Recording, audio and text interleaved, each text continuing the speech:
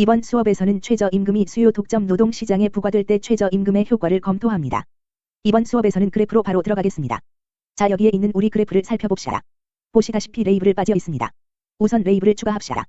파란색 우하향 곡선은 개별 고용주의 수요와 한계 생산물 수입을 대변합니다. 당연히 우하향 곡선입니다. 임금률이 낮을 때 기업은 더 많은 노동자를 고용하려 들기 때문에 우하향 곡선입니다. 왜냐하면 한계 수화 체감 덕택의 추가 노동자의 기여로 돌릴 수입이 낮아지기 때문입니다. 해당 이론은 이전 강의에서 모두 설명한 내용입니다. 우리 그래프의 녹색 곡선은 노동 공급을 대변합니다. 우상향 노동 공급 곡선은 임금률이 높을수록 이 시장에서 일할 의향이 있는 가게가 많아짐을 보여줍니다.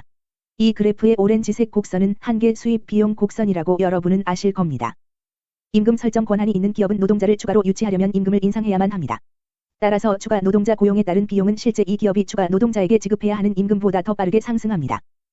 한계 자원 비용이 모든 고용 수준에서 임금률보다 더 웃돌고 있습니다. 수요 독점 고용주는 완전 경쟁 고용주가 고용할 노동자보다 적은 수의 노동자를 고용할 겁니다. 이 그래프에서 대략 450명 정도입니다.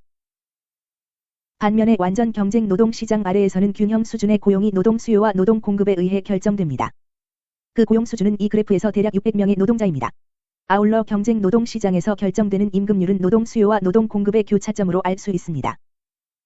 따라서 완전 경쟁에서 득세하는 임금률은 완전 경쟁 시장의 임금률이란 의미의 WRPC는 $10와 같습니다. 수요 독점자는 노동자에게 $10를 지급하지 않아도 됩니다. 수요 독점자는 임금 설정자이기 때문에 낮은 임금률을 지급하고 노동자를 적게 고용해도 무방합니다. 이 모형에서 WRM이라고 하는 수요 독점 아래의 임금률은 $8와 같으며 단 400명의 노동자만 고용될 겁니다. 그래프에서 보듯 수요 독점 아래에서는 고용되는 노동자의 규모는 완전 경쟁 아래에서보다 작아지게 됩니다. 600명이 아닌 450명의 노동자가 됩니다. 아울러 지급되는 임금률은 완전 경쟁 아래에서보다 낮아지게 됩니다. 당장 드는 다음 질문은 만약 정부가 이 노동시장에 최저임금을 부과하면 어떤 일이 벌어질까요? 정부가 $8를 초과하는 가격 하한을 설정했다고 하면 수요 독점 고용주가 불과 시간당 $8를 노동자에게 지급할 경우 불법이 됩니다. 최저임금을 $10로 설정하고 이 시장에서 그것이 균형 수준의 고용에 어떤 영향을 미칠지 봅시다. 최저임금이 $10라면 600명까지 노동자를 고용할 경우 한계 자원 비용은 $10가 됩니다.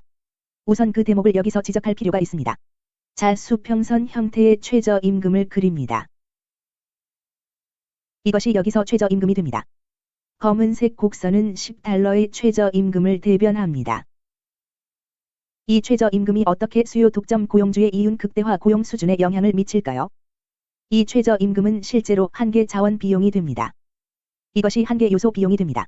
이 기업은 이제 정확히 시급 $10의 노동자 숫자가 0명에서 600명 사이라면 어느 수준이라도 고용할 수 있습니다. 반면에 최저임금 부과 이전이라면 이 기업은 추가 노동자를 이 시장으로 유인하려면 기존에 지급했던 임금을 인상해야만 합니다.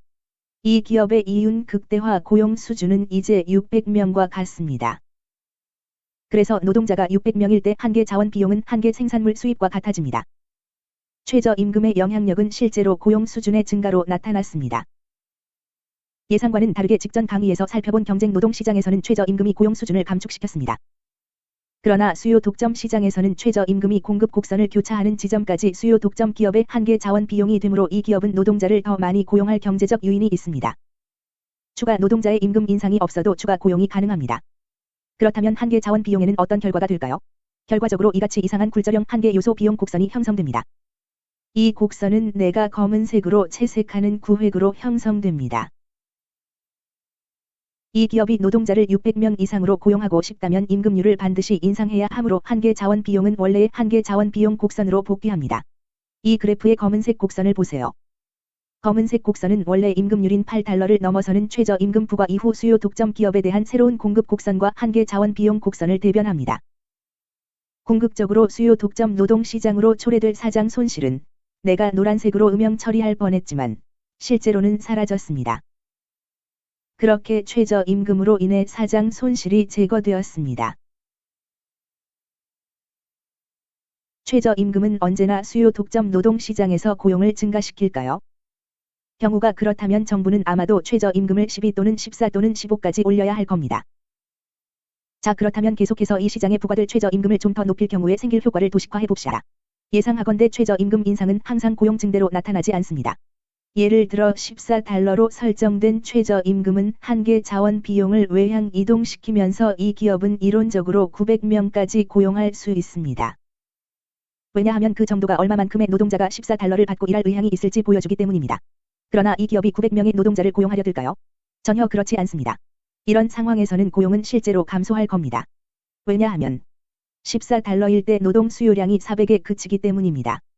최저임금이 너무 높게 설정된다면 심지어 수요 독점 노동시장일지라도 실제로 고용이 감소할 수 있습니다. 왜냐하면 여기 보시다시피 이 경우 노동자가 400명일 때 한개 자원 비용이 한개 생산 비용과 같아지기 때문입니다. 자, 그러면 우리 노트로 이동해 최저임금이 수요 독점 노동시장에 미칠 영향력을 분석해 봅시다. 여기 우리가 분석해 보았듯이 최저임금은 실제로 수요 독점 노동시장의 고용 수준을 증대시킬 수 있습니다. 그 이유는 최저임금이 고용 수준이 낮을 경우 한계 자원 비용 곡선을 대체하기 때문입니다. 이 기업은 더 이상 임금 설정자가 아닙니다. 아울러 임금을 인상하지 않고도 추가 노동자를 고용할 수 있습니다. 어떻게 보면 수요 독점 기업은 최저임금 부과 이후에 더 많은 노동자를 고용할 경제적 요인이 생기게 됩니다. 추가 노동자 고용에 따른 비용이 증가하는 속도가 그들을 고용할 때 지급할 임금률 증가 속도보다 빠르지 않기 때문입니다. 자, 그것은 최저임금이 노동 공급 곡선을 교차하는 지점까지만 사실입니다. 그 교차점 이후에 한계 자원 비용은 다시 원래 수준으로 증가합니다. 왜냐하면 이제 이 수요 독점 기업이 그 이상의 노동자를 유치하려면 제공할 임금률을 인상해야 하기 때문입니다. 여기서 결론을 내려볼까요? 우리는 이전 강의에서 최저임금은 경쟁 노동 시장에서 고용 수준을 감소시킨다고 배웠습니다. 그러나 이번 강의에서 이렇게 배웠습니다. 수요 독점 시장, 즉 단일 고용주가 노동자 전체를 고용하는 시장에 부과하는 최저임금은 실제로 고용 수준은 물론 노동시장의 총 후생과 효율성 수준을 증가시킬 수 있습니다. 자, 최저임금이 바람직한지 여부를 평가하기 위해서는 최저임금이 부과되는 시장의 유형을 고려해야 합니다. 만약 우월적 단일 고용주가 존재하는 예로 소도시의 월마트나 여타 대형 마트가 전체 소매 노동자를 고용하는 시장일 경우나 그 밖의 유사 상황이라면 우월적 고용주가 특정 시장의 거의 전체 노동자를 고용한다면 최저임금은 효율성을 개선하고 고용을 증대하고 사회 전반의 후생 수준을 향상할 수 있습니다. 그러나 수십 또는 수백 명의 고용주가 서로 경쟁하고 있다면 최저임금은 전반적인 고용 수준을 감소시키고 구직 활동을 하는 노동자가 가용한 일자리보다 더 많아지는 불균형을 유발할 수 있습니다.